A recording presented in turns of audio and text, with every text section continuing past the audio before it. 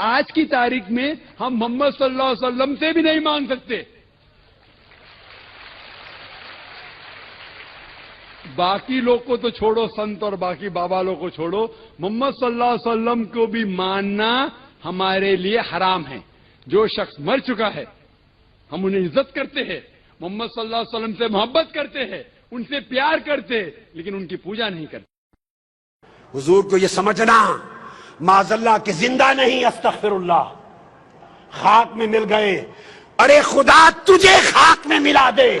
مصطفیٰ کی بے ادبی کرنے والے، تمہیں خبر نہیں کہ انبیاء کے جسم کو زمین کھا نہیں سکتی، شہداء کے جسموں کو نہیں کھاتی، اولیاء کے جسموں کو نہیں کھاتی. تم انبیاء کی بات کرتے ہو اور پھر سید الانبیاء کی بات کرتے ہو. حدیث پاک میں ہے، امام احمد بن حنبل نے روایت کیا، امام حاکم طبرانی نے، حاکم نے کہا ذا حدیث صحیح الاسناد، کہ حضرت ابو ایوب انصاری رضی اللہ آقا علیہ السلام کی قبر مبارک پر گرے پڑے ہیں، قبر مبارک پر لپٹے رو رہے ہیں. پیچھے مروان بن حکم آ گیا اور مروان نے دیکھا کوئی شخص حضور کے مزار پر لپٹ کے رو رہا ہے. اس نے کندھا پکڑا اور کہا کہ تمہیں معلوم ہے کیا کر رہے ہو؟ تدری ما تصنع، معلوم ہے کیا کر رہے ہو؟ آپ نے پیچھے مڑ کے دیکھا، جب مڑ کے دیکھا فاقبل علیہ فیضا وہ ابو ایوب، مڑ کے دیکھا مروان کانپ گیا، وہ حضرت ابو ایوب انصاری تھے رضی اللہ تعالیٰ عنہ. انہوں نے جواب دیا قال نعم جئت رسول اللہ صلی اللہ علیہ وسلم ولم آت الحجر. پوچھنے والے میں رسول پاک کے پاس آیا ہوں، کسی پتھر کے پاس نہیں آیا. رسول پاک کی بارگاہ میں آیا ہوں، جو زندہ ہیں، جو سنتے ہیں، جو حاجتیں پوری کرتے ہیں. ولم آت الحجر، کسی پتھر کے پاس نہیں آیا کہ میرا رونا نہ سنے. یہ صحابہ کرام کا عقیدہ تھا. کن کا؟ اب یہ خیال کرنا، آقا علیہ السلام کو یہ سمجھنا یہ عقیدہ رسالت کے خلاف ہے اور شان رسالت میں بے ادبی ہے.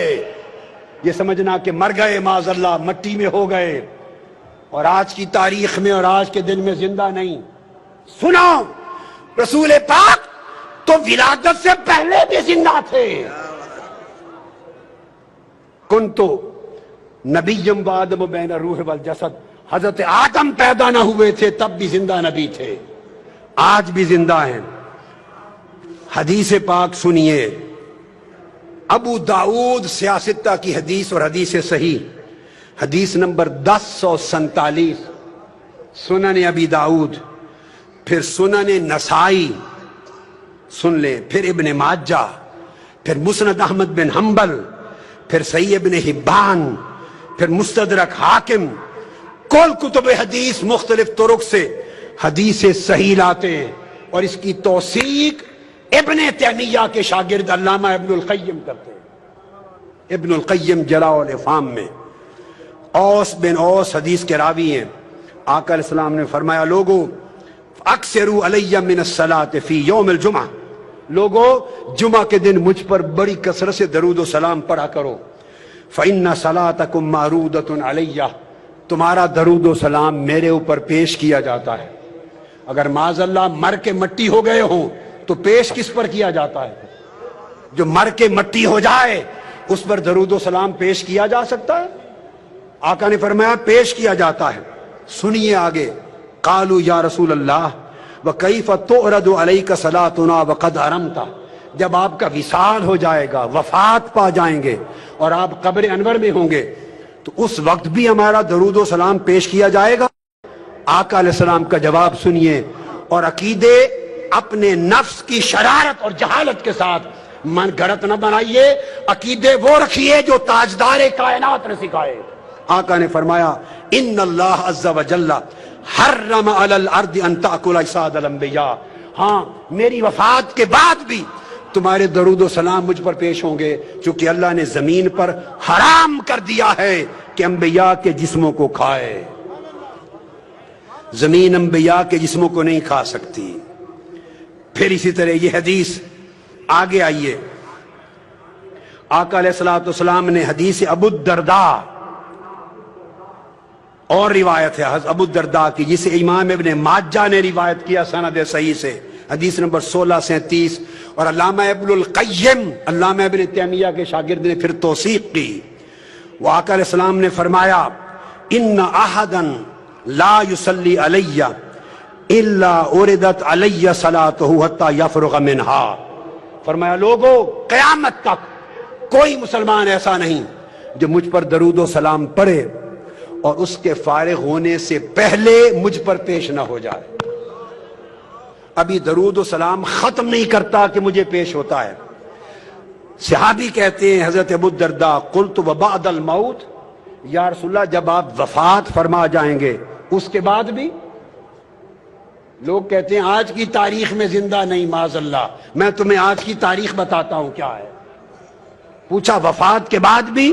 آقا نے فرمایا قال ان اللہ حرم علی الارض ان تاکل اجساد الانبیاء فنبی اللہ حی یرزق، فرمایا ہاں وفات کے بعد بھی زمین پر حرام کر دیا ہے کہ اللہ کے نبی کے جسم کو کھائے۔ اللہ کا نبی قبر میں زندہ ہوتا ہے، اسے قیامت تک رزق دیا جاتا ہے۔ اور پھر آقا علیہ السلام نے فرمایا، حضرت حسن بن علی ابن ابی طالب روایت کرتے ہیں، امام ابو یعلا سند صحیح کے ساتھ راوی ہیں، آقا علیہ السلام نے فرمایا لوگو صلو علی وسلمو، مجھ پر کثرت سے درود بھی پڑھا کرو اور سلام بھی، فإن صلاتکم وسلامکم یبلغنی اینما کنتم۔ ایک تو تھا کہ فرشتے پہنچاتے ہیں، نہیں یہ دوسری بات فرمائی، فرشتے تو نوکری کرتے ہی ہیں پہنچانے کی، فرشتے اسی طرح پہنچاتے ہیں آقا کی بارگاہ میں درود و سلام جیسے ہمارے اعمال اللہ کی بارگاہ میں پہنچاتے ہیں۔ اگر آپ یہ سمجھے اگر حضور خود سنتے ہمارا درود و سلام تو فرشتے کیوں پہنچاتے؟ اگر ذہن میں یہ آئے تو میرا سوال ہے اگر خدا خود دیکھتا تو فرشتے نامہ اعمال خدا کو لکھ کر کیوں پہنچاتے؟ فرشتے صبح و شام ہمارا نامہ اعمال خدا کی بارگاہ میں پیش کرتے ہیں۔ اس پیش کرنے سے اگر علم خدا کی نفی نہیں ہوتی تو جو فرشتے درود و سلام پیش کرتے ہیں اس سے علم مصطفیٰ کی نفی نہیں ہوتی۔ آقا نے فرمایا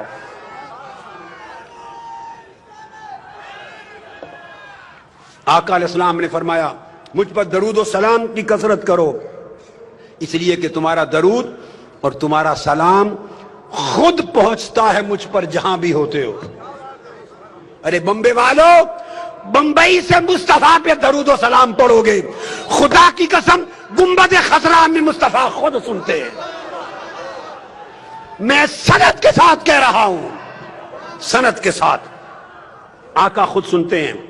آقا نے فرمایا صلو علیہ، دوسری روایت حضرت سعید بن ابی سعید عن ابی ہریرہ رضی اللہ تعالیٰ عنہ فرمایا صلو علیہ فإن صلاتکم تبلغنی حیثما کنتم، کثرت سے درود پڑھو، تم جہاں بھی ہو کائنات کے جس گوشے میں تمہارا درود ڈائریکٹلی مجھے پہنچتا ہے، براہ راست پہنچتا ہے۔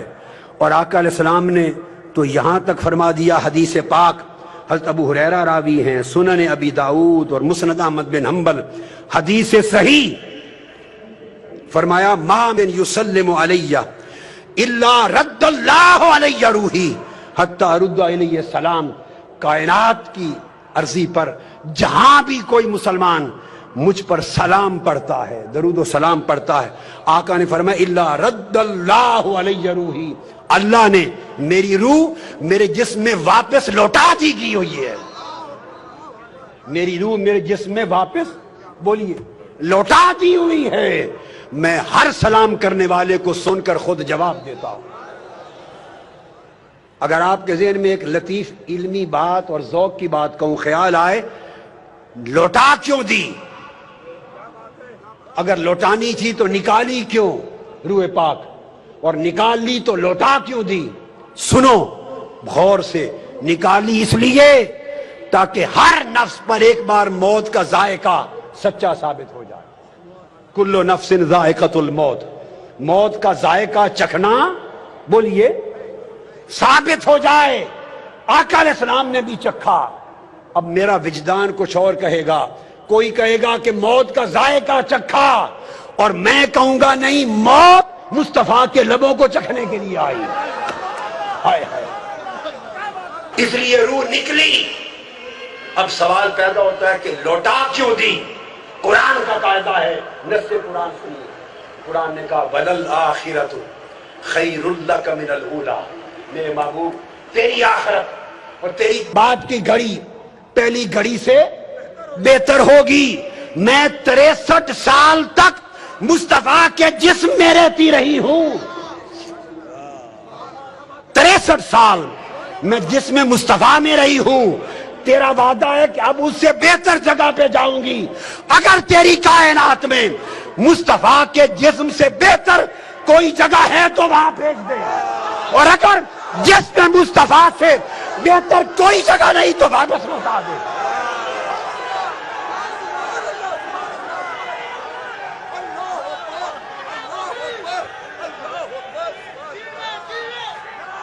لا محالہ رحمت خدا نے جواب دیا ہوگا.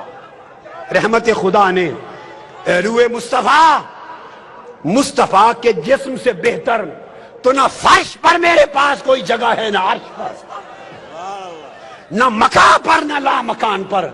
مصطفیٰ کے جسم سے تو اعلیٰ جگہ نہیں. روح نے عرض کیا ہوگا باری تعالیٰ اگر جسم مصطفیٰ سے بہتر جگہ نہیں تو واپس لوٹا دے. حکم ہوا ہے روح مصطفیٰ پلٹ جا اور قیامت تک مصطفیٰ کے جسم میں رہے. اس لیے حضور جسمانی طور پہ بھی زندہ ہیں اور روحانی طور پر بھی زندہ ہیں.